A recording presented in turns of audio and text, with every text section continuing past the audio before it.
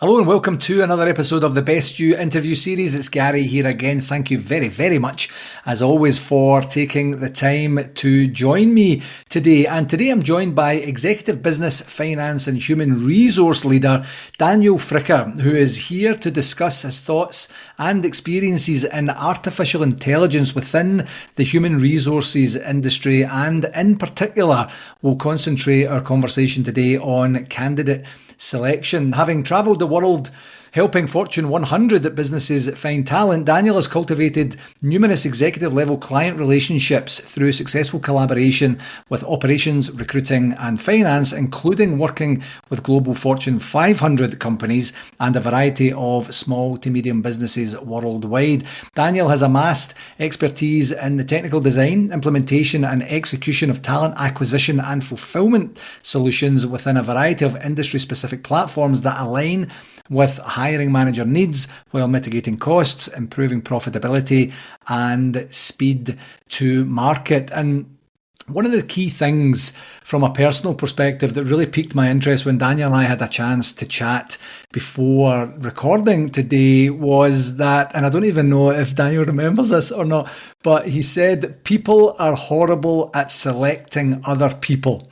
And it so piqued my interest because it was such an eloquent way of a thought pattern and a belief that I've held for decades in my life as to why are we so bad at this? Why does every single person who has been in a regular hiring position have a war story about a very bad hire? And even looking in the sporting realms and sporting context, transfers between major clubs and my type of football that I support, which is soccer to some, it's a gamble, it's a guess, it's a hope and such. So that was something that I'm certainly hopefully going to get an opportunity to delve into a little bit today. So all that to say, Daniel, I've been really looking forward to this one. Thank you very, very much for joining me today. Thank you. I'm glad to be here. I'm delighted that you're here. It's a topic that I think anyone who has any experience in business will absolutely resonate with the new nuance being this thing called AI is here. It's collecting pace. We are somewhat aware of it and what it can and can't do. There are certain thoughts, feelings and emotions that are around that, but we're not really sure if it's going to help this centuries old situation of appropriate, formalized, predictable recruiting patterns and such. But before we get to that, let's start a wee bit, embellishing the journey thus far that I explained on your bio there. Specifically, what sparked your passion throughout your life and career for human resources, and in particular, of late, the opportunities that AI can help provide in this space? Sure. So, Gary, only in hindsight does my career actually make sense, but my passion for HR really was ignited by my early experiences in staffing and recruitment, where I saw firsthand the frankly profound impact that connecting the right people and the right opportunities can have, both organizationally, but then also from an individual perspective. Yeah. And for over 2 decades, I've been involved with leading global staffing operations, and I recognize that traditional HR processes were often slow, manual, frankly prone to bias, sometimes intentional, sometimes unintentional. And what started, which a lot of sometimes good ideas start from, at a bar with friends over drinks. We got to talking around AI within HR. And frankly, there seemed to be really good documented case studies of AI in supply chain and logistics and in banking. But surely there had to be good examples of AI and we all kind of believe that AI is going to transform what we do, but surely there must be like AI can make talent acquisition not only faster, more efficient, maybe more objective and inclusive. That started a journey where I started looking into the research. And it was that kind of weird moment where you go with a hypothesis that there's going to be great examples of how AI is being applied today, but that's not what the data was saying. The Right. data actually was coming back pretty consistently saying it's actually creating inefficiencies, which then led to the second part of this to go, okay, what are the root causes of this? And more importantly, how to fix it.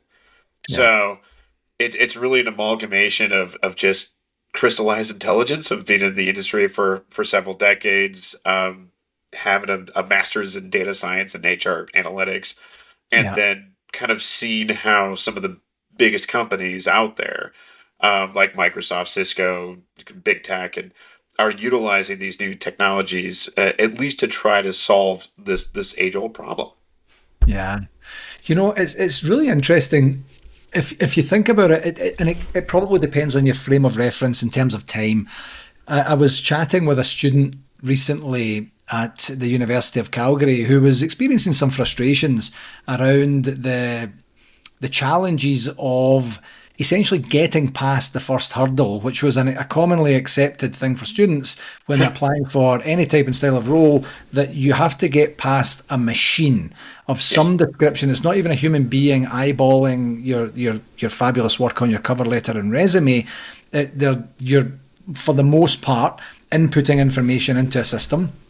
The system will have algorithms of some description that will then say this person moves forward or this person doesn't. And possibly there's an intermediate step to say maybe we want to have a look at this, we're not 100% sure. I don't know. So would you say that in terms of that, like that was the genesis or the birthplace of an AI type support function within the candidate selection process? So maybe to kind of further give some context around that bar conversation that started this journey for over the last year, most major companies today have some type of applicant tracking system or ATS system. Yeah. You might recognize this because if I'm watching a American football match or basketball, like you can actually see companies like Workday and like Yeah. Bullhorn. I mean, these are kind of the major systems that they use. And over the last 2 years, every one of them has some type of AI built in it, right, Yeah. to help automate some of these kind of like more manual tasks and everything else. And one of the first things that you saw in the practical application from an AI perspective, this kind of goes to your main question, is matching the skills of the position to the candidate, Yeah. right? Couple of problems with this, right? So, one positive check in the right direction is hiring managers used to be horrible at writing job descriptions, right? Right. And they would call in someone from talent acquisition and HR to say, okay, my understanding, sir, is you need, you're looking for a fill in the blank, right? Yeah. And it was like pulling teeth to try to get what are the essential knowledge, skills, and abilities that will set a person apart, Yeah. right? And you would get this information after, frankly, sometimes a laborious back and forth, or if you're really lucky, you have at least some old, type of job descriptions that are maybe bespoke to that company or vertical or industry. Yeah. Now with AI, you can chat GPT a job description and it's pulling from lots of different sources. So you now have much more hyper focused, much more well written job descriptions. Yeah. Okay, that's the good news. The bad news is, and by the way, I'm more than happy to tell your listeners, and because I want people to challenge me on this one, the data sources that I'm looking at on a more or less regular basis is data coming right from LinkedIn. Right. Yeah. So I'm actually like, this is kind of where I'm going with this because the hypothesis is okay, now that we have a better understanding of writing a good job description, now people should be looking at, okay, how do I write a resume? So I should probably look to see if I can match the skills that they're looking for with the skills that I have. Yeah. Right. Here's the problem. According to LinkedIn, only about 40% of people are actually doing that first step. Right. So you could be a highly qualified person, and congratulations, you now have even less of a likelihood of even being looked at because you're not matching what you've done or are doing to what the client is looking for. Okay, Yeah. here's another fact. According to LinkedIn, as of right now, well, actually, as of last month, roughly on average, 1,000 people are applying per open position. So now you have a massive influx. By the way, this is about a threefold increase over the last year. Right. Right. Now you have more people applying for the job. So you can create settings on these tools to say, I only want to talk to people that have a 90 or 95% match to this job. In some cases, maybe 98, 99%. Yeah. So if you're not even doing that first step, to your point, you're not even being looked at. Yeah. Right? Here's another complicating factor. Microsoft. And what I mean by that is you have different versions of different software out there. And this is going to get a little technical on you, but I don't know if you've ever had this experience, Gary. If you've ever sent documents or PowerPoint presentations to friends or colleagues in different countries and different places, and you've built the PowerPoint or your Word doc in a certain way, and when they open it, things are in different places. Definitely. And that's because of different versions. Right? Yeah. So the way Microsoft is trying to solve this is by, you essentially upload it within OneDrive, and it essentially is trying to use kind of Unicode so that everything looks right. Yeah. Most hiring managers don't realize that people are writing their resume. So assuming that you are that 40% and you match things correctly, but now you have a hiring manager that looks at your resume and it looks, frankly, horrible because everything's been rearranged. Yeah. And that's a representation of you. Mm-hmm. So if you're going for a job, even you might be a 98% match, they're like, I'm not seeing this guy because they can't even put a resume together with the paragraph here and the whatever there. Yeah. It might not even be their fault. Yeah. And even the ATS systems, if you upload it correctly, again, only 80 to 90% of the time will they actually extract the data and put it in the right places. So even these systems, so you have a technical problem. You have the vast majority of people still not matching their skills with the open position. Yeah. Frankly, you have a certain amount of distrust on both sides, right? So, Gary, if I were to ask you, okay, what are kind of technical skills do you have? Now, you might have, I mean, I've been to your site, so I know that you have certifications. Yeah. And in order to get those certifications, you've obviously had to take coursework and, so that's a quantifiable skill. Yeah. Right? But what about all those soft skills? Yeah. Now, there are some of these AI systems are trying to create some quantifiability in that. So if you're saying that part of the job requires some type of public speaking or whatever, yeah, you can write, I'm a public speaker. Some of these AI systems are now starting to say, okay, have you done podcasts? Have you done other type of things? And essentially giving you some kind of contextual barrier score, because of all these other kind of demonstrated things. So we are kind of getting to that point, but to kind of go to the root cause of the problem, and this is how I was able to detect issues. What you've seen within LinkedIn is if you click the easy apply button approximately 2 years ago, you had a 10% chance of actually getting a reply. Right. Now it's down to 4%. So you've created efficiency so I can apply to more jobs. But what's really the most important data point? Have you even been looked at? Yeah. And then from there, have you gotten the interview? Yeah. Right. So here's another interesting statistic and seen in the last 6 months how this number's improved. Hires by source type. Right? It's gone from 10% to 40% in terms of you've companies are finding their talent because basically someone inside that company is saying, oh, you need to interview Gary. Yeah. And it makes sense if you talk to actual recruiters. Got 1,000 applicants, and then suddenly you get a call from a director or VP saying, oh, you need to interview Gary. But your life just got a little bit easier. Yeah. Right. So you've seen that number move significantly this way, right? But again, isn't AI supposed to make things more efficient? Write better job descriptions? But yet, and you can submit yourself to more opportunities. But now that's the problem, is that you've created the technology, but you haven't necessarily changed your process to fit the technology. Yeah. And that's where I keep looking at the source data around hires by source type, applications by source type. So there's still without a doubt, companies are getting most of the candidates through their job sites and LinkedIn and all these other kind of things. Yeah. But they're selecting them from someone walking into someone else's office or sending a direct email saying, interview and potentially even hire this person. Yeah. So the data is actually looking like a topiary. You're actually starting to see, frankly, you're seeing increases in efficiency in terms of how much things you can do in a day, but the success rate has gone completely up. Or excuse me, completely it's dropped to the floor in terms Yeah.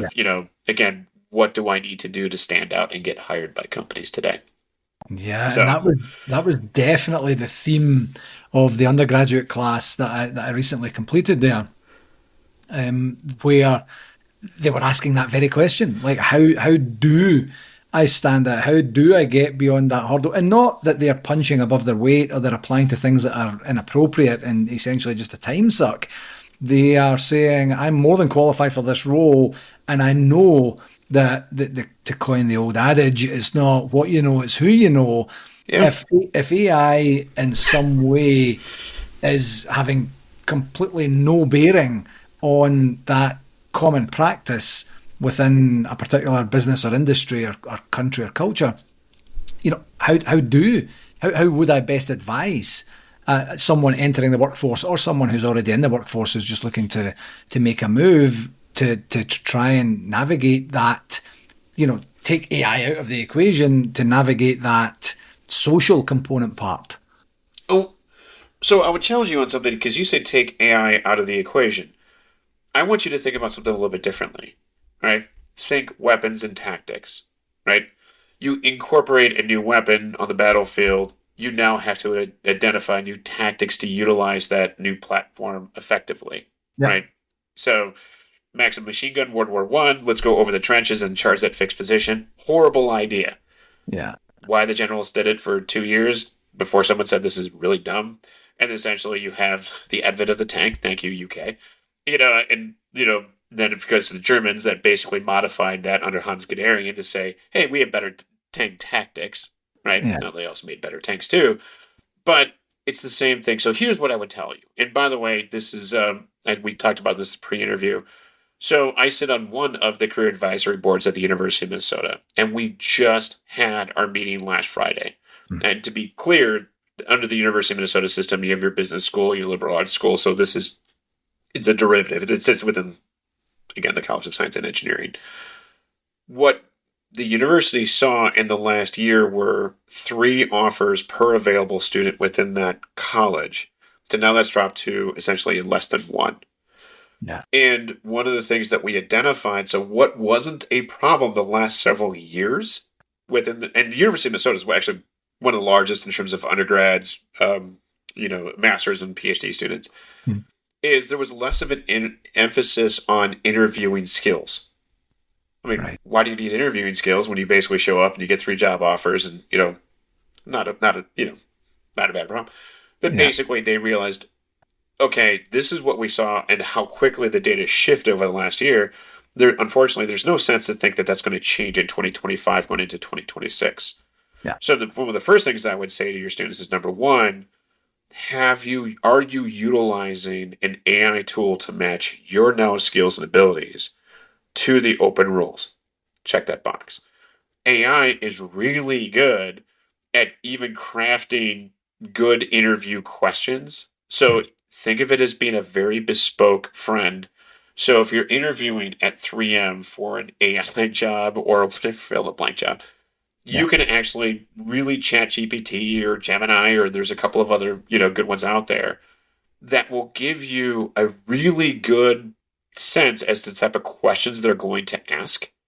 And yeah, then how have you kind of gone through whatever machinations that you need to go through to kind of figure out how to answer those questions, yeah, right? What's going to make you stand out is, I mean, again, make that recruiter's life easier. hmm. But go back to what we talked about the last 5-10 minutes ago. With AI, a lot of the job descriptions will say this reports to the director of operations, whatever. And so if you're like, you go, who is the director of operations at 3M? And more than likely, you can find that person. Yeah, Now you can go back to a LinkedIn to say, statistically, I've got a 40% chance if I get referred. yeah, Can you get that referral inside of that company? And do you have some type of connection either directly? Maybe you went to the same university, maybe yeah, you grew up in the same town, Or if you don't have that primary, direct connection, do you have a secondary? Or Yeah. even in some cases, a real kind of third ring, if you will. Yeah. I have I think because there is within the marketplace, people have acknowledged that this is becoming a problem, but it is still the best way to get hired is to get networked into that. If you use the tools effectively, Yeah. um, instead of submitting yourself to 100 open roles, I would say go to 3 to 4 roles, but each and every one of them, you are trying to get networked into that position. And then more than likely, because I've seen it, I've been making this recommendation, have a lot of people come back to me to say, I just got the interview. Thank Yeah. you for helping me prepare. It's like, okay, so now you've just jumped ahead. Yeah. And now they're like, hey, now submit your resume to the open role. And then on the back end, they get selected. Yeah. So it's really, we were joking about football. Like, what does football mean for you? What does football mean to me? Yeah. And that's what this is, which is helping students to understand what game they're playing Yeah. and what the rules of the game are. And then how do you most effectively employ what you know to, frankly, win in this world of work that we're in? Yeah. Yeah, great answer, and I do. It's commensurate with the curriculum that we have, where there is a major networking component part, and the way that we kind of go through the material is essentially this could be a puzzle that you need to solve. You could stand there and say, I don't know anyone there. I've spoken to every one of my classmates. I've spoken to everyone in my circle or my community or my neighborhood, and no one knows anyone that works there. So therefore, if these statistics are correct in terms of there's a 40% better chance if I know someone, I am stopped dead in my tracks.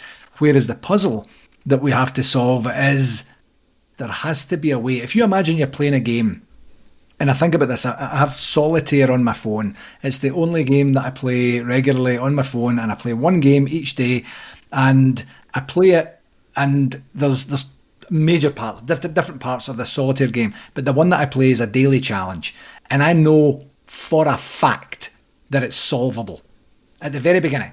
So then I don't give up. It doesn't matter if the time goes to 5, 10, 15 minutes. It never gets that far. But, if it gets to that point, I can backtrack and figure out where I went wrong and puzzle that. If someone said to me, you could do that very same thing, there may or may not be a solution to this one. It's random. You never know. My mindset and attitude would be different there, Daniel, because I would be thinking, well, this is one of the ones that's unsolvable, hence that I am stopped dead in my tracks. So what I'm trying to impart onto the student body is to say there's always a way. This Yes. is not a dead end. This might be, you're bashing up against something for right now. It just means you have to go and pick a different route. And your example of you will be able to find that person, you will be able to find someone in that company, there will be some connection that's probably, if you use LinkedIn as the example, that's probably already laid out for you. 3 of your connections work at this place. You and 2 other people Yes. studied at the same educational facility. Like things like that. And all of a sudden you're thinking, this is an angle I don't have. Now, if you're not a creative person, you can then use the AI tools to say, okay, I have 3 mutual connections there. 2 are primary, 1 is secondary, and 2 of those studied at the same school as I did. How could I craft a connection request to that particular person that's commensurate with this job, that is upbeat, that shows my personality and things, puzzle pieces as you move forward. So when I mentioned earlier removing AI from the situation, I was more thinking super narrow, how to create a networking, or how to create an opportunity to have a networking opportunity, if you like. But I'm glad you corrected me and said, no, you're thinking about this all wrong. You need to use that to help craft the opportunities where that might have a better chance of happening. Yeah. I mean, we haven't touched on this yet. If we're kind of following the logical conclusion of the conversation, which is, okay, AI within HR, it should cause efficiency. The data is saying it's inefficient. So the next thing is, okay, how do you fix that? Yeah. And there's emerging research on how to fix that. And it really is and I think this is frankly why it was so critical in our advisory board meeting to kind of talk about how quickly things are changing for students, Mhm. both in terms of the job market, but then also helping to prepare them, Yeah. right? And some of this is becoming more and more on the onus of hiring managers, right? And unfortunately, I see this firsthand. They buy the software, they don't know how to use the software, or Yeah. worse yet, they buy the software and they're trying to round hole square peg, their old processes. The early emerging successes in using AI in candidate selection involves roughly five critical components. Number one, upskill the teams. In other words, train. I know this is a radical concept, mind blown. Actually training your HR professionals in the AI tools, right? Yeah. Around data literacy, and even ethical AI practices. Because we're going to get to that in a second. Because Yeah. AI is really good at detecting patterns. So it's very possible you might have not even know that you have unconscious bias going into your hiring practices. And all AI is going to do is just blow that out of the water. Yeah. It's going to amplify it. Yeah. um, and I know that in Europe, they've actually passed legislation that if you're going to use AI, that you actually have documented to essentially detect and audit. So if you do notice it, then what kind of remediation you're going to do? The Yeah. U.S. is lagging behind on this. I know the Canadian government are kind of somewhere in the middle, Mhm. but even in the United States, what you're seeing is at a state level, right? That they're instituting these things. All right, so upskill the team, and then you really need to make sure that you've got HR, you've got IT or your AI expert team, Yeah. But here's the thing, executives need to know you go into this knowing that you need to start laying the foundation at an executive level for change management. Yeah. It'd be like, look, we're going to have to change this. So don't think that we're just going to use the same thing. And then really prioritize the high value case studies. Like, where Mhm. can knowing that AI can do repetitive things really quickly, are you going to use these? You're going to essentially pilot this in something where you need a high frequency type of role, right? So think frontline workers, you just need a lot of them. Yeah. Are you going to look at it for difficult positions, but really taking the time to kind of go, all right, we're going to go in this looking to change the processes. And then when you actually do the pilot, you need to kind of continue to foster that change management. So you Yeah. got new tools, you got new weapons, you got to change your Yeah. tactics, and then benchmark and monitor, and then hopefully you can really start to see these things take off.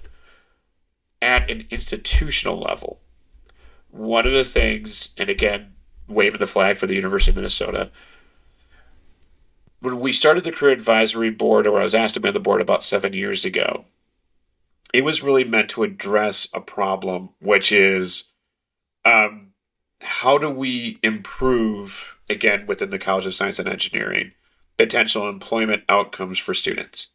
Yeah.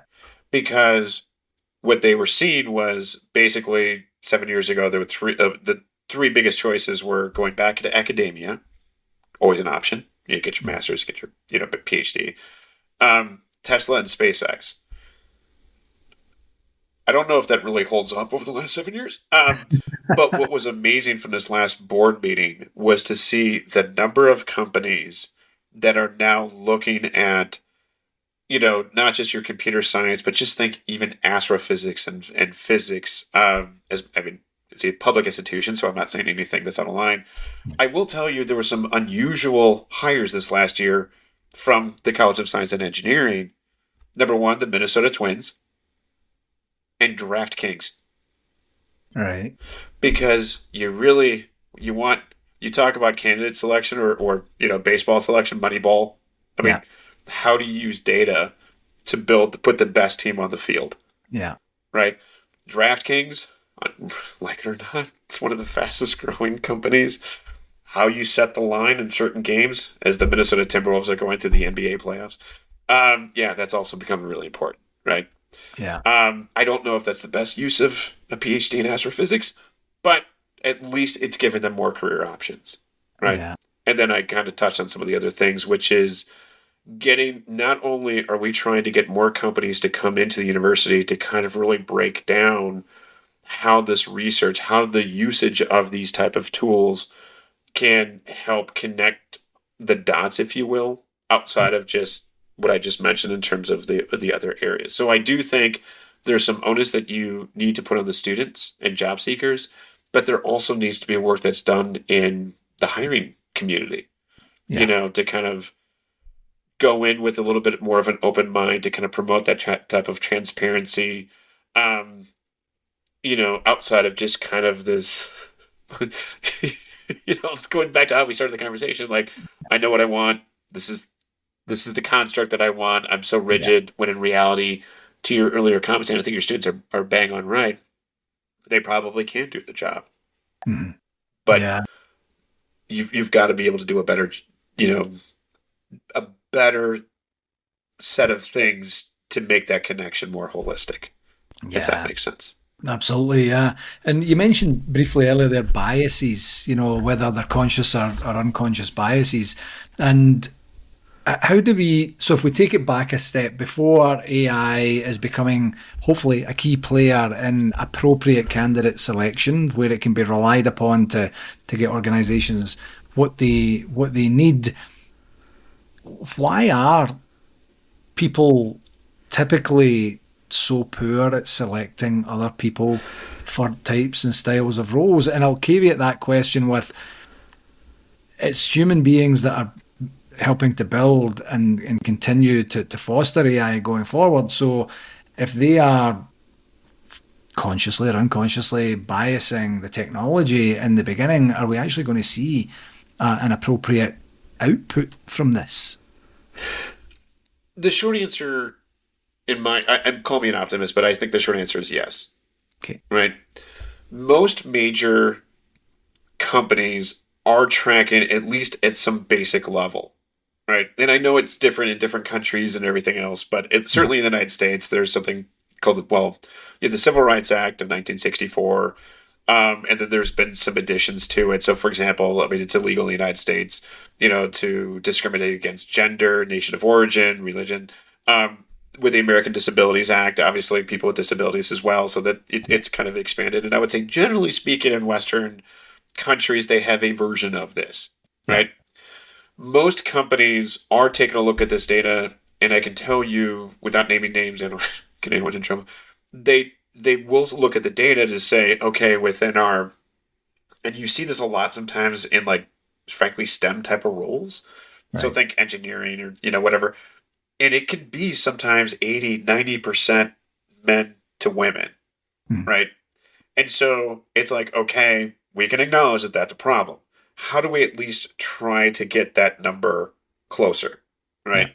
So, again, some of this is, frankly, history. I have an idea of who I want to hire, what they look like, the kind of educational background. Unfortunately, some of the class system does take into account in some places. Yeah. But so let's just put that off to the side. What AI does, and I'm trying to explain this as succinctly as possible. If you're looking at kind of a simple graph, right? What AI is really, the current versions that we see is really good at predicting the next likely answer, right? So it's looking for patterns where it might go 1 up, 2 over, and then that is the most likely answer or selection. Yeah. Right? Andrew Ng, he got his PhD from MIT. Maybe still is a professor at Stanford. He was on the Google Brain team, which ultimately was kind of the early team that developed what is now Gemini at Google Alphabet. Yeah. Even they detected in the early versions where they would ask the early versions of AI to say, man is to developer as woman is to homemaker. Is the AI wrong? Well, it was just going off the data. Yeah. Right? Now, that's when they realized, okay, we got a problem. Yeah. Right? Because all AI is doing is going 1 up, 2 over. Right? Mm-hmm. So if that has been your traditional hiring practice in your data, it's going to take it and just amplify it. Yeah. And so that's why you need to go into these things knowing that you probably have bias in your data. Mhm. It's a statistically proven analysis that you probably do. In Yeah. your defense, you might not even know you have Yeah. it. Right. So go in knowing that you have it, and then now you have to say, okay, what are we going to do about the implications with this? Yeah. Right. And if it's within a narrow band, if you're hiring and you're close to that 50-50 men to women, um, great. If you're within the standard deviations, like, okay, but if you're 90-10, Yeah. you know, now you have to start asking some questions about, okay, what do we need to do to kind of, arrange this? And that's outside, at least in the United States, there are something called BFOQs, which are legal bona fide exceptions to consciously, frankly, biased recruit. Right. A good example of this would be if you can prove to the government through data and statistics, like, so for example, women that might have been sexually assaulted, um, nurses, like if they're going to be examined, then studies have shown overwhelmingly that they want to only be examined by female nurses, right? Right. That's an example of saying to the government, we're going to consciously recruit for just these type of nurses to Yeah. do this type of work. We Yeah. know it's biased, but studies have shown this is why. And the government will say, okay, this is a bona fide exception, Yeah. right? So those are things too that AI, if you can build in, can do a much better job to quantify what is really derived on true merit, knowledge, Mhm. skills, and ability, and trying to maybe in this. But the problem is, you still have a human being as the hiring manager, Yeah. like confronting some of their maybe conscious or unconscious bias. Yeah. So I'm trying to give you a vignette of it. It's a much bigger Of course. topic in each one of these subgenres in and of itself. But in the United States, there was a joint study between the University of Michigan and the University of Iowa called the Hunter Schmidt study. It's been going on for the last 50 years. Right. And there's been derivatives. So people will take that study and they'll add to it and everything else. But it was Yeah. really looking at, it started with a simple question like, how do you hire the best talent? Yeah. And so this is when they basically looked at what are those variables that will predict the best hire. And it's usually a combination of cognitive ability combined with some kind of behavioral interview, cultural interview. So when you start combining those data sources, now you're getting closer to someone that is going to be objectively a good hire for that company in that location and whatever. Yeah. And that study was, of course, all done pre-data science and what we now know to be data science. You can incorporate, again, 40 to 50 years of research, put that into a tool, at Yeah. least to give you a better ability to shape and arrange your team in a more objective fashion. Yeah. Or you could just do this, let Jesus take the wheel, and potentially have massive bias inside your hiring just by letting a machine do it. So, Yeah. It's a constant challenge because ultimately you're correct. At some point, regardless of how sophisticated, smart, and effective the AI process as part of the recruitment journey would be, there still comes a point where there's a human being yeah, sitting doing something, whether it's an interview like we're doing online right now, whether it's in person, whether it's saying these are the three people that I think we should call for a physical interview, whatever that looks like. How then do you think, or do you see those hiring managers within that process getting better at that by acknowledging the data, by taking the prompts from the system, by using their own intuition, by understanding how that could and should play out, whether they make it the right choice or the wrong choice, like in terms of predictive analytics and things. How do you see that? I know earlier you talked about upskilling. Is that one of the key yes. upskilling parts that would really benefit from that, to say this is everything that's happened thus far. This is how the system has operated and worked. This is what you are being presented with. This is what you're expected to do, and this is how we can support you through this. In my humble opinion, and I'll kind of base it on a couple of examples, right? When I was doing work with I'm pretty sure I can say this, but when I was doing work with 3M, right, during the pandemic, Mhm. the business challenge that they had during the pandemic, um, at the time, about 70% of hiring for a light industrial worker to actually go in some of their manufacturing locations, right, um, was done in some kind of face-to-face interaction. Right. Well, during the pandemic, that was eliminated. You Mhm. couldn't just have a bunch of people show up for, you know, a job fair and everything else. Yeah. You had to start using more of these virtual tools. Ready or not, it flooded the market. Like, you had to use a combination of social media and some of these new systems out there. And it forced hiring managers really for the first time because they had no choice. Yeah. You had to start um, having some of these manufacturing locations run from one shift to three shift, 24/7.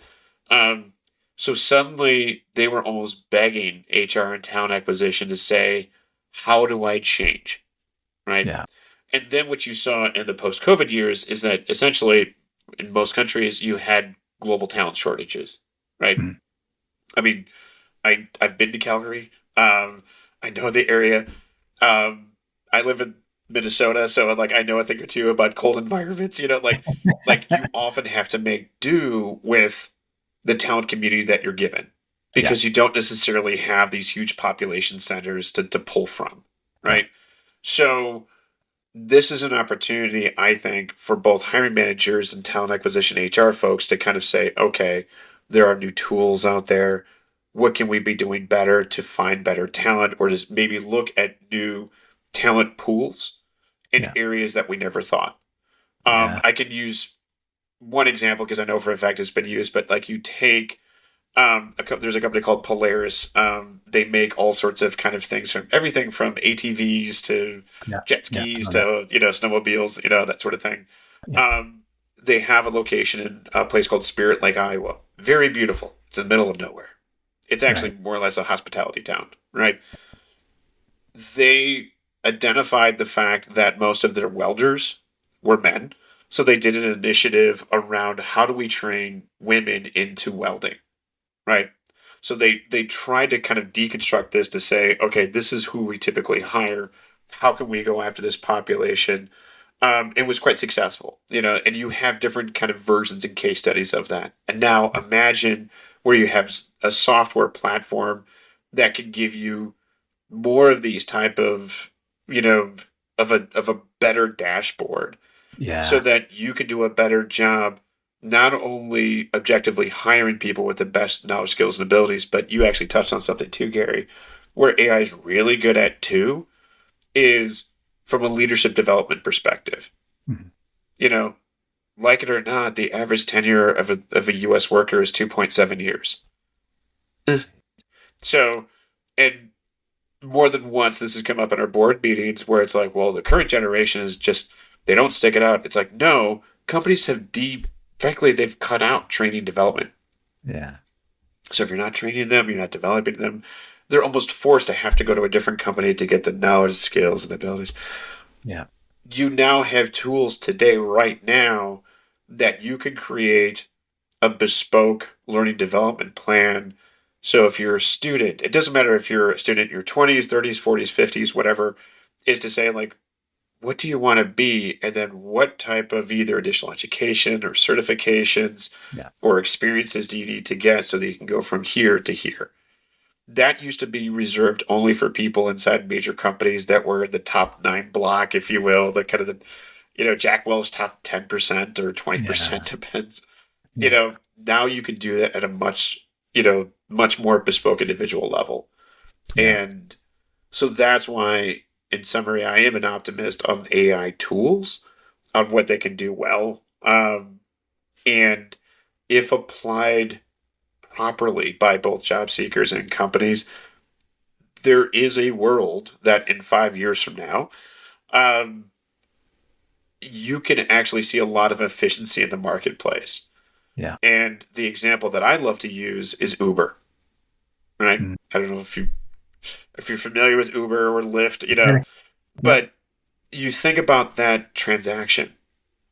You have, or I have, a high degree of confidence that right now I can grab my little iPhone if I want to go to the airport or I want to go to a restaurant, I can hit a button, and I feel with a high degree of confidence that this person is going to be able to get me there. I can see who they are, I can see what their rating is, Yeah. and the transaction is incredibly efficient. That person isn't being told to come to my home or my business by someone calling them. That's all AI. Yeah. That is a very efficient connection.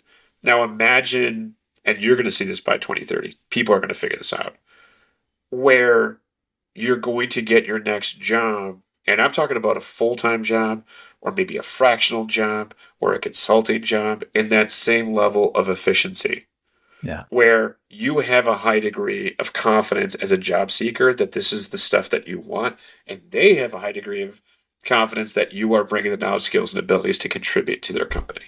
Yeah. So Yeah. it's already here. This Yeah. isn't like Star Trek or Star Wars or whatever sci-fi stuff, but we're going through the Clippy moment. You know, if you remember that from the 90s, you know, little paperclip that would show up on Microsoft Office. Yeah. We're going through the learning pains of this. Yeah. So, Yeah.